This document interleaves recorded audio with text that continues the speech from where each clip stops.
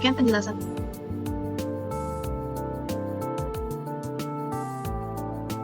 Baik, di sini dengan saya Ira Marwati dengan NICCP 219.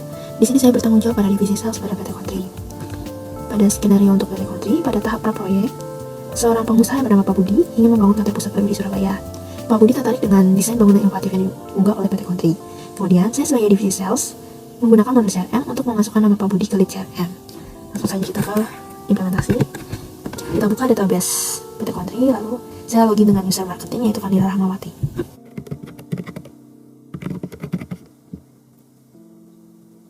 Baik, ini saya sudah berhasil masuk. Kita langsung ke dashboard. Kita langsung masuk ke modul CRM. Lalu kita pilih leads, lalu klik new. Nah, di sini untuk nama leadnya kita berikan pembangunan kantor pusat Surabaya. Untuk customer-nya, kebetulan Pak Budi sudah masuk ke daftar customer kami, jadi langsung kita klik saja. Lalu untuk internal notes-nya kita masukkan ini kantor pusat baru di Surabaya. Lalu kita save manually. Selanjutnya kita klik convert to opportunity agar leads ini masuk ke pipeline. Kita klik convert to opportunity. Lalu kita klik create opportunity. Nah, lalu kita ke pipeline. Di sini sudah masuk pembangunan kantor pusat Surabaya dan customer itu Pak Budi Santoso. Lalu kita klik. Lalu kita masukkan expected revenue-nya yaitu 1 miliar. Lalu untuk probability-nya kita masukkan 85%. Lalu untuk expected closing-nya di tanggal 20 Desember 2024. Lalu untuk priority-nya kita pilih very high. Nah, lalu setelah melalui beberapa pertemuan dan meeting, Pak Budi akhirnya deal untuk menyewa PT Kontri sebagai kontraktor untuk membangun kantor pusat baru di Surabaya. Nah, pada bagian pipeline pembangunan kantor pusat Surabaya, kita klik one karena Pak Budi sudah menyetujui. Nah, di sini sudah ada tanda one dan di pipeline juga sudah masuk ke one. Lalu untuk tahap pelaksanaan proyek, saya sebagai divisi sales membuat sales order untuk pembangunan gedung Pak Budi. Di sini saya akan keluar dari user marketing dan login dengan user sales yaitu Eko Susanto.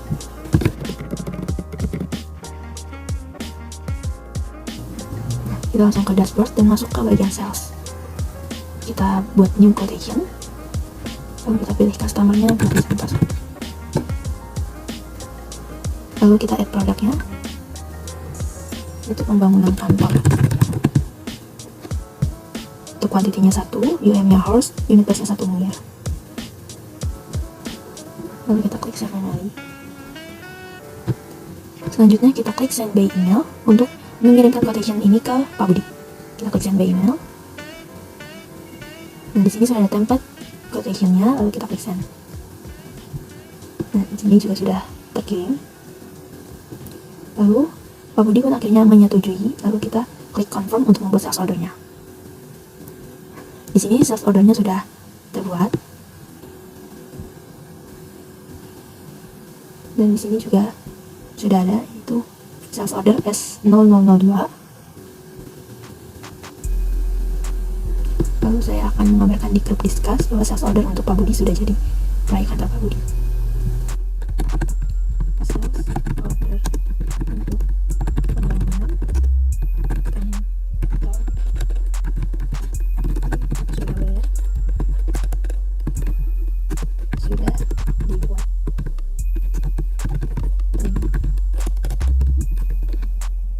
Lalu kita send. Oke, baik, untuk langkah selanjutnya akan dilanjutkan oleh rekan saya.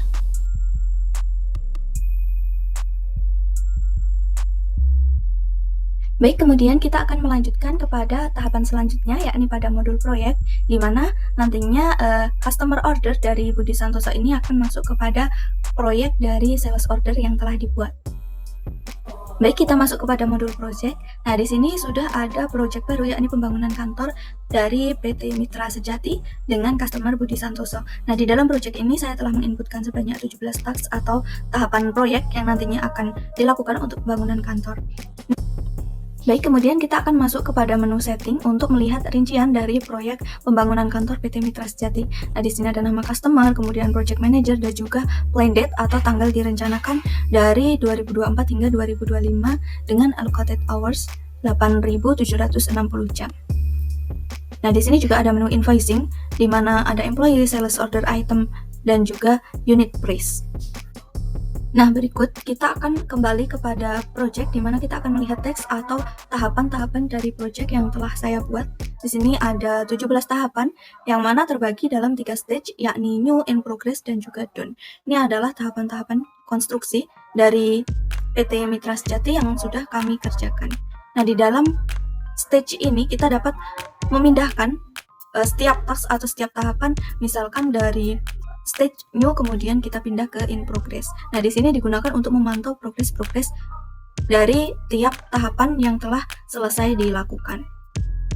Selain dari stage, manajemen project atau pengelolaan dan pemantauan project ini juga dapat dilakukan melalui tiap tahapan, di mana dalam tahapan ini terdapat nama project, customer, allocated time, deadline, dan sebagainya. Nah, di sini ada timesheet, di mana timesheet ini kita dapat menginputkan atau melacak tanggal, nama karyawan, dan juga deskripsi pekerjaan yang dilakukan oleh karyawan dan juga lama waktu yang dihabiskan untuk melakukan pekerjaan tersebut. Nah, di sini misalnya pada tahap pengadaan barang atau procurement ini, seorang karyawan bernama Alex ini menyediakan bahan baku untuk proyek konstruksi dengan menghabiskan waktu sekitar 120 jam. Dengan sisa waktu proyek yakni 880 jam dari allocated time yang dijadwalkan. Nah, itu tadi adalah job role dari project manager untuk melakukan pemantauan proyek melalui modul proyek di Odoo. Nah, pada tahap terakhir yakni reporting, kita dapat masuk kepada task analysis. Nah, di mana di sini terdapat grafik yang dapat menampilkan laporan atau reporting dari progres pembangunan kantor dari stage new, in progress, dan juga done.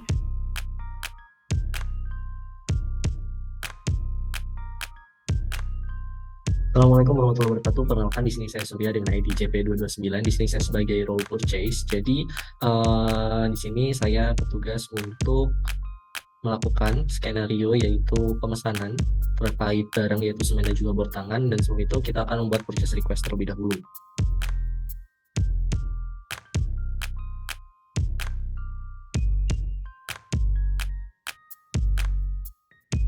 Di sini saya akan memasukkan user dan juga password saya sebagai Umi Kalsum, di mana Umi Kalsum merupakan purchase user atau staff purchase. Yang pertama ini saya akan membuat purchase request, yaitu kita bisa klik di sini dan kita bisa menuju ke purchase request atau di purchase. Nah, kalau di purchase kita bisa ke bagian order dan kita klik purchase request yang ada di sini seperti itu. Setelah itu kita akan menunggu terlebih dahulu hingga muncul seperti ini, dan kita bisa klik new di sini dan kita bisa tuliskan di sini misal PR002. Ini requested by Umi Kalsum dan approvernya yaitu Umi Rahma sebagai manajer dari purchase itu sendiri. Di sini description-nya yaitu bisa dituliskan kebutuhan pembangunan gedung. Gitu. Di sini saya akan memilih di Surabaya. Jadi klik di Surabaya, lalu headline-nya kita bisa scan, lalu di sini kita nah, kuantitinya ini saya misal butuh 200, ini 10, ini estimate cost-nya berapa, bisa dituliskan saja misal 200 kali 150.000 untuk setiap semennya, sehingga di sini estimate cost-nya yaitu 30 juta.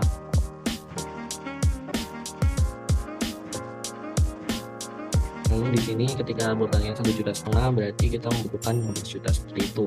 Nah, setelah ini kita bisa klik save di sini dan nantinya kita bisa request validation kepada Umi Rahma selaku manager purchase. Nah, setelah itu kita bisa beralih pada role Umi Rahma sebagai manager purchase. Di sini kita login saja menggunakan user Umi Rahma, lalu kita bisa ke purchase dan kita bisa ke purchase request, dan di sini bisa dilihat bahwa terdapat 4 dari sesuai dengan yang tadi kita buat yaitu PR002.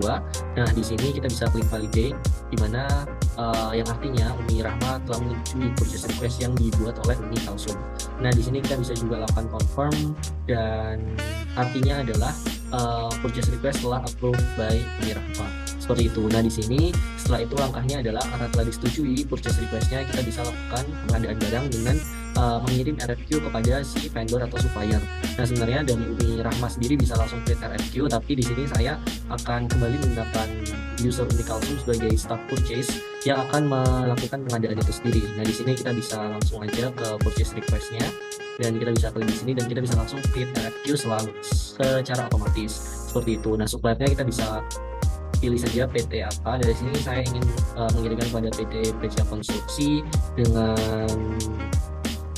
kuantitas pur tangan dan juga semen pur lain sebagai berikut. Lalu kita create RFQ di sini, dan ya kita bisa lihat bahwa RFQ telah dibuat, yaitu untuk PT Beca Konstruksi. Lalu di sini juga ada daily portnya sesuai dengan yang telah kita tentukan sebelumnya, yaitu di Surabaya, dan kuantitas pur tangan, kuantitas semen pur lain telah sesuai seperti itu. Nah, maka dari itu kita bisa kirimkan melalui email dengan klik send by email, dan kita klik send seperti itu. Nah, setelah itu apabila telah disetujui oleh si vendor, maka kita juga bisa klik confirm order di sini seperti itu. Nah, setelah itu kita bisa menunggu dari roll inventory untuk menerima produk yang telah dikirimkan seperti itu. Dan di sini setelah saya melakukan confirm order, yang awalnya menjadi RFQ telah berubah statusnya menjadi purchase order seperti itu.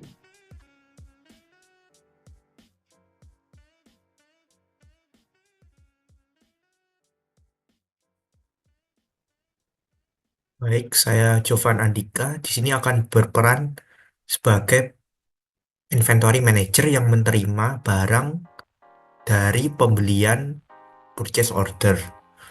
CP NIC saya adalah CP214. Di sini untuk proyek gudang proyek Surabaya terdapat receive yang telah dibeli dari divisi purchase. Setelah itu, saya dari divisi inventory akan memvalidate untuk jumlah dan demand-nya. Di sini sudah sesuai dan source dokumennya adalah PO 0002. Dan ini destination location-nya adalah SB Stock. Di sini saya akan memvalidate. Di sini akan dikirim ke gudang Surabaya. Di sini akan memvalidate. Nah, dan barang akan bertambah di stok Surabaya. Ini saya akan di stok dan Surabaya. Nah, untuk bobor tangan dan semen Portland bertambah. Untuk bagian inventory sekian. Terima kasih.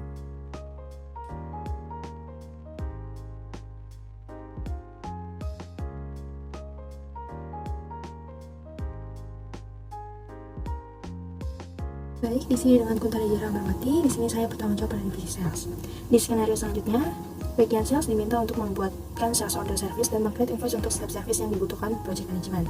Di sini saya sudah login dengan user sales, yaitu Eko Susanto. Langsung saja kita masuk ke bagian sales.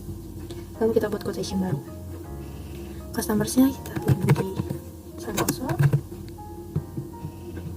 Lalu untuk produknya itu ada finishing unit. Kuantitinya sebanyak 8. Lalu untuk produk yang kedua itu ada pemasangan plafon. Kuantitinya juga 8. Lalu untuk produk yang terakhir itu ada pemasangan kaca. Kuantitinya sebanyak 10. Nah, di sini totalnya sudah tersedia, yaitu 19.600.000. Lalu langsung kita send by email untuk mengirimkan kepada Pak Budi Santoso. Kita send. Lalu Pak Budi Santoso sudah menerima quotation yang sudah kita buat, dan Pak Budi Santoso setuju, lalu kita klik confirm. Nah, di sini sudah berubah menjadi sales order.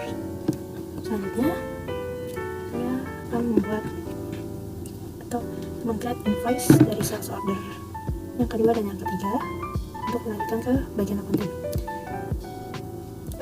Di S002 saya create invoice, lalu klik create draft invoice. Maka di sini status invoice-nya akan menjadi draft dan nantinya akan dilanjutkan oleh bagian accounting. Kemudian untuk yang sales order yang ketiga pun juga demikian. Kita klik create invoice dan create draft invoice. Nah, di sini juga sudah menjadi draft. Baik, untuk langkah selanjutnya akan dijelaskan oleh rekan saya. Terima kasih.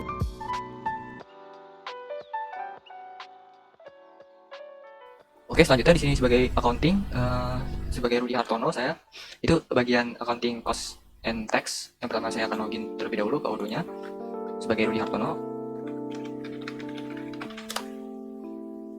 Oke, setelah sudah login kita masuk ke bagian accounting. Setelah itu di sini ada customer invoice dan vendor bill yang kita akan lakukan validate. Yang pertama, saya akan menjelaskan terlebih dahulu. Untuk pajaknya sudah saya masukkan. Untuk bagian purchase itu ada 11% dan 1%, dan bagian sales ada min 2%, min 10%, dan min persen, dan min 2,5%. Oke, selanjutnya kita ke bagian customer terlebih dahulu yang perlu kita validate. Di sini ada dua yang perlu kita confirm order, dari PT Mitra Sejati Budi Santoso dan juga customer dari PT Mitra Sejati Budi Santoso. Yang pertama di sini Budi Santoso akan melakukan pemesanan pembangunan kantor untuk jasa kita, yaitu dibayar 1 miliar dan dia akan membayar secara parsial. Dan di sini taksnya kita masukkan taks pajak pasar yang kena potongan 250 juta. Oke, setelah itu kita confirm register payment. Dan di sini dia akan membayar partial payment. Dia akan membayar 500 juta terlebih dahulu untuk uang mukanya.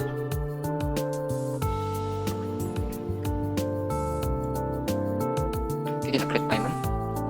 Oke, di sini masuk ke pembayaran parsial. Selanjutnya kita masuk ke yang atas, PT Mitra Sejati Budi Santoso juga. Dia akan membeli finishing dinding, terus pekerjaan plafon dan pemasangan kaca. Dia memesan jasa kita. Kita masukkan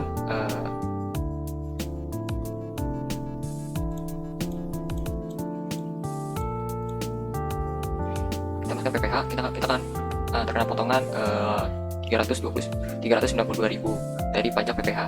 Oke, selanjutnya kita lakukan confirm. Dan di sini dia akan membayarkan secara lunas untuk pembayarannya. Langsung saja kita confirm payment. Oke, di sini akan terbayar in payment. Masuk ke customer lagi invoice, dan di sini ada perbedaannya. Untuk yang parsial dia masih mengutang 250 juta. Di sini ada payment partial paid. Dan di sini ada rinciannya sisa 250 juta. Dan di yang atasnya ini sudah lunas, amonnya 0. Oke, selanjutnya di bagian vendor bill, di sini ada di bagian purchasing kita melakukan pembelian di vendor PT Bajo Konstruksi. Untuk pembeliannya itu tersendiri ada bor tangan dan semen Portland. Melakukan pembelian 10 unit dan 200 unit.